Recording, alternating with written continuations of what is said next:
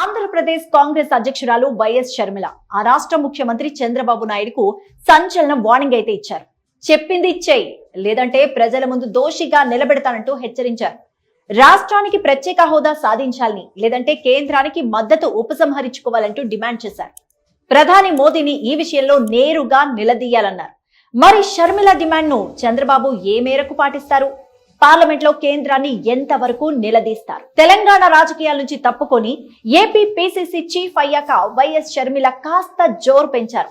సమయానికి తగినట్టుగా విమర్శలు, డిమాండ్స్ చేస్తూ తన పార్టీకి మైలేజ్ తీసుకొచ్చే ప్రయత్నాలు చేస్తున్నారు.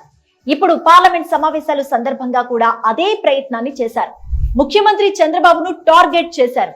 నేను చెప్పింది చెయ్యి, లేదంటే ఊరుకునేది లేదు, ప్రజల ముందు దోషిగా నిలబెడతా అంటూ వార్నింగ్ ఇచ్చారు. ప్రత్యేక హోదా అనేది ఏపీ ప్రజల కళ అంటూ గుర్తు చేశారు షర్మిల. ఈ విషయంలో కేంద్రాన్ని నిలదీయాలంటూ డిమాండ్ చేశారు. ప్రధాని మోదీని సైతం ఈ విషయంలో ప్రశ్నించాలన్నారు. కేంద్రం సానుకూలంగా స్పందించుకుంటే తక్షణమే మద్దతు ఉపసంహరించుకొని ప్రభుత్వం నుంచి బయటికి రావాలంటూ డిమాండ్ చేశారు. అలా చేయకపోతే ప్రజల ముందు మరోసారి దోషిగా నిలబెడతా అంటూ చంద్రబాబును డిమాండ్ చేశారు షర్మిల. అంతా బాగానే ఉంది, కానీ చంద్రబాబుకు ముందు అధికారంలో ఉన్నారు వైఎస్ జగన్మోహన్ రెడ్డి. అప్పుడు అన్న జగన్ తో చెల్లి షర్మిలకు మంచి సంబంధాలే ఉన్నాయి. ఎప్పుడైతే తెలంగాణను వదిలి ఏపీకి వెళ్లి చెల్లి కాంగ్రెస్ లో చేరిందో అప్పటి నుంచే జగన్ షర్మిలల మధ్య విభేదాలు మొదలయ్యాయి. ముందు వివేకానంద రెడ్డి వ్యవహారం, ఆ తర్వాత ఆస్తుల లొల్లి, చివరికి రాజకీయాలు. ఇలా ఇద్దరికి మధ్య పెద్ద అగాధమే ఏర్పడింది. కానీ అంతకు ముందైతే అన్న వదిలిన బాణంలా జగన్ కోసం షర్మిల అన్యోన్యంగానే పనిచేశారు. అప్పుడు ఈ హోదా గురించి షర్మిలకు ఎందుకు ఇంత బలంగా గుర్తుకు రాలేదు? తర్వాత ఏపీ పిసిసి చీఫ్ అయ్యాక ఎందుకంత బలంగా పోరాటం లేదు?